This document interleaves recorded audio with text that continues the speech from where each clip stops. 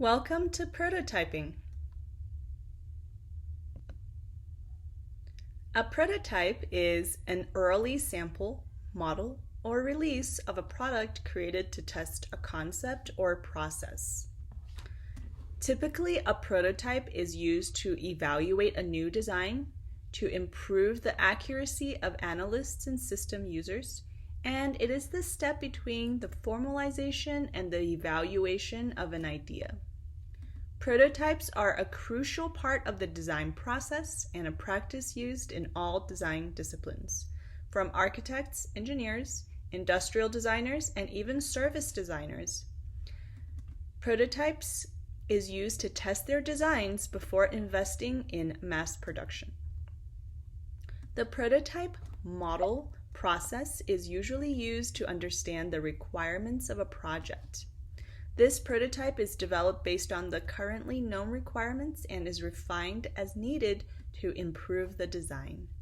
People create a prototype and test it, and then tweak and test the revised prototype, and repeat again until this cycle is complete and they reach a solution.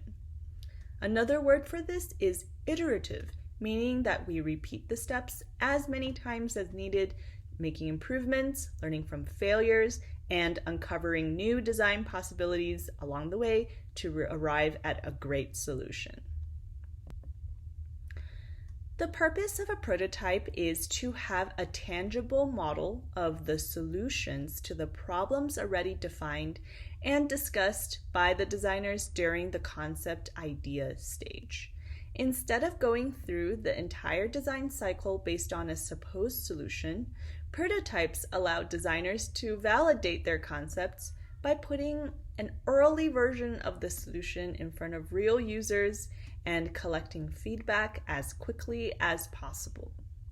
Some of these stages include gathering requirements, which means understanding the needs, identifying requirements, and constraints. Second step is to design, formulate an idea, and imagine the solution through rough sketches. The third step is to create a prototype from a 2D sketch to a 3D object, selecting materials according to the prototype fidelity, low, mid, or high. Fourth is to test the prototype against user feedback that's collected, and then going back to the prototype stage for a better model. Last but not least, we modify. After every prototype version, we go back based on feedback and we modify and edit the prototype so that it's ready for the prototype testing again. These levels of fidelities for prototypes, low, mid, and high, are used at different stages of the design process. Low is usually used early on to test basic concepts and overall design, and high is used to pitch to investors or as examples to head into manufacturing. Most of the time will be spent on testing specific features in the mid-fidelity range.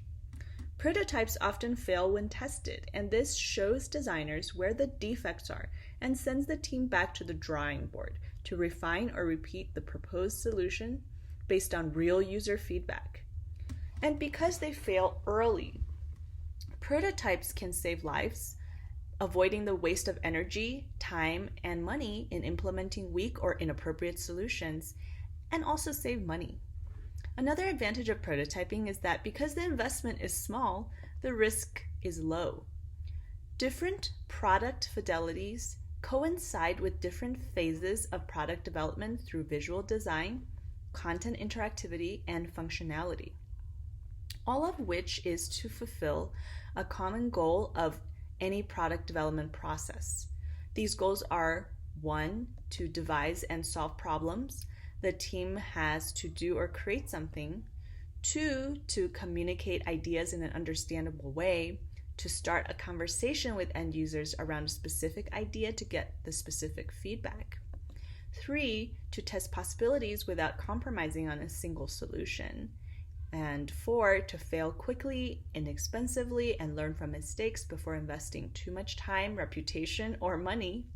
And finally, 5, to manage the process of creating solutions by breaking down complex problems into smaller elements that can be tested and evaluated.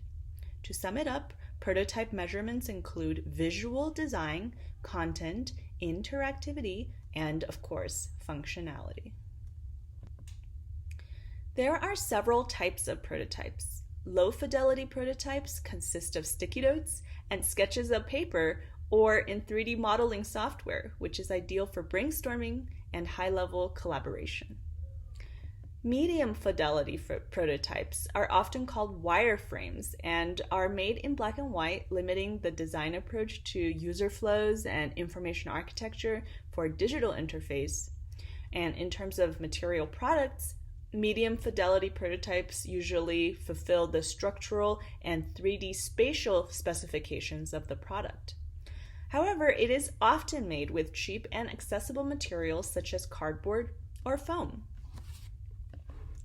The high fidelity prototypes are the last step before development, and they include visual and tactile design and almost represent the final product itself.